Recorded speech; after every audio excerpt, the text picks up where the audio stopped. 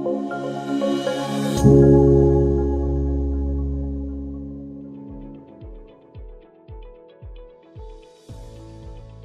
afternoon, everyone. I'm here with AMAG Technologies resident systems engineer and Symmetry guest subject matter expert, Boris Pajek. He's going to walk us through the deployment of Symmetry guest hardware in a typical customer's lobby environment. Okay, so when you order the Symmetry guest accessories bundle pack, it would come with 3 devices that are very easy to implement and connect to your computer or laptop.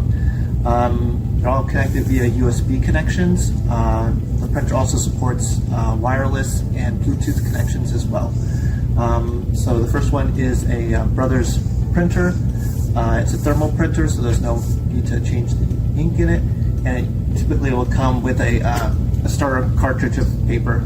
So the setup installation is quite simple. All you'll need to do is install the drivers on your computer, and you should be up and ready to print.